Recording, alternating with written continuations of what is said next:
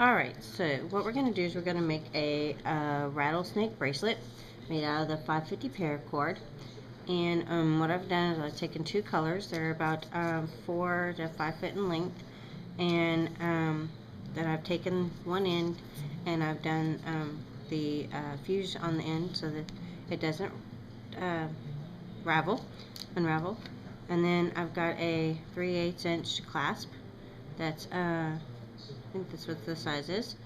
So, get that. So now what I'm going to do is I'm going to start by fusing the two together. And you do that by just heating both of the ends. And getting them really hot. And then you're going to push them together. And as you can see, they kind of make a little bubble, and it's really hot, so make sure you get your fingers wet and then smooth it down so they don't have any hard marks. And then I usually like to take it and do it one more time so I can get that any edges off of there.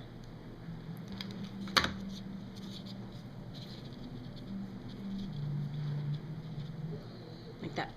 And then I pull on it when it's cool so I can see if it's going to stay together. So now then what I'm going to do is I'm going to take my clasp and I'm going to take the two ends that are empty and put them down from the top. It's important that you go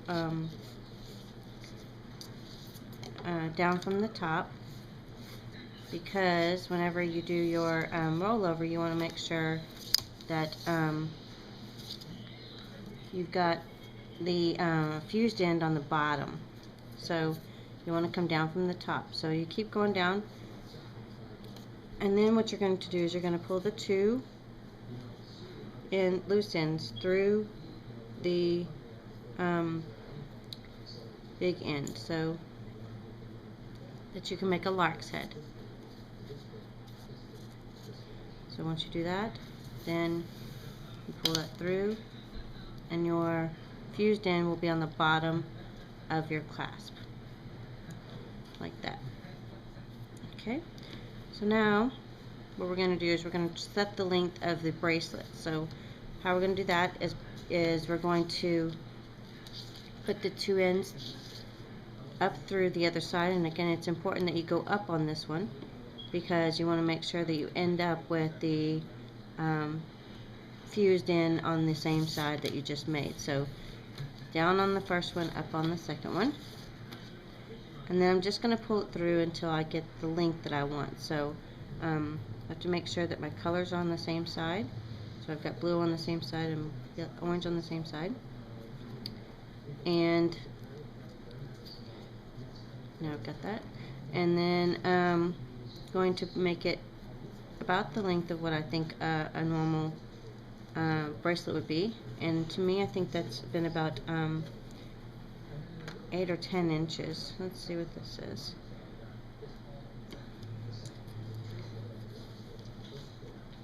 Yeah, it looks like about 9 inches. So alright then, so now I'm going to take it and undo the clasp like that, and I'm going to make it to where the clasp has the two static lines, what I call static lines, facing me, and the two loose lines are in the back, like that. So now what I'm going to start is I'm going to get all this set up so that the two loose lines are right beside the two same colored static lines, and I'm going to take the loose line on the right. I'm going to go over the static line on the right and under the static line on the left, like that. Pull that through, and that's how you get it started. Now then I'm going to take the static line on the left, go over the static line on the left and under the static line on the right, like that. Okay, and then I'm going to go back through with that same color. So I'm going to go over the static line on the right and go under the static line on the left, like that. So now I'm going to tighten all that up so we can get this looking nice. And I do that by just tightening, pulling on both of them, pull those down so that it's straight like that, and pull it and push it until it gets tight. Once it gets tight, then go on to the next color. So I just did blue, so now I'm going to go back to the orange. So I'm going to go over, and always make sure that you keep your two lines side by side like that. So you always take the top line, you go over and then under, like that, and again back through the same one, over and under.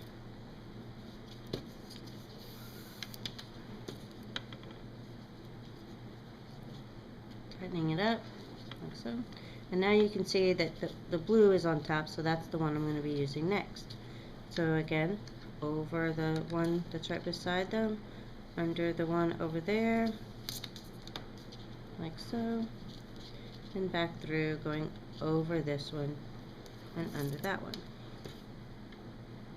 like so. So it's kind of like a braid or a lace or something like that.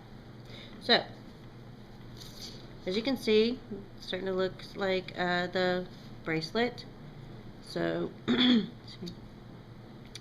once you get all the way down to the end, then what you're going to do is you're going to need to finish it off. So I've got one that I finished all the way to the end, and to the point where I'm ready to do the fusion. So what I'm going to do is, you can see I went all the way to the end and I squished it as much as I could down.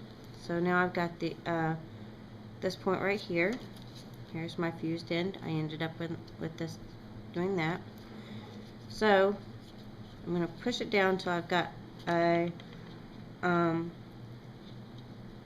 little bit of a gap there, and I'm going to take the blue one, and as you can see, what I've done is I made it to where I've got the two, and then I'm ready to come around with the orange, and then the blue is going to come around here. So try and make it to where it looks like it would be the next thing that's about to happen in your bracelet. So then you come here, and what I'm going to do is I'm going to take it and cut it to where it's pretty close to it, so that whenever I just push it over, it's going to be fused. So that's pretty good. So now what I'm going to do is I'm going to get those two hot, and this is kind of tricky because you can burn your fingers, so you need to be careful with this part. Again, get it hot like we did the first time to fuse the two. That's pretty good. And then just kind of push them to get down together and smush them in the middle.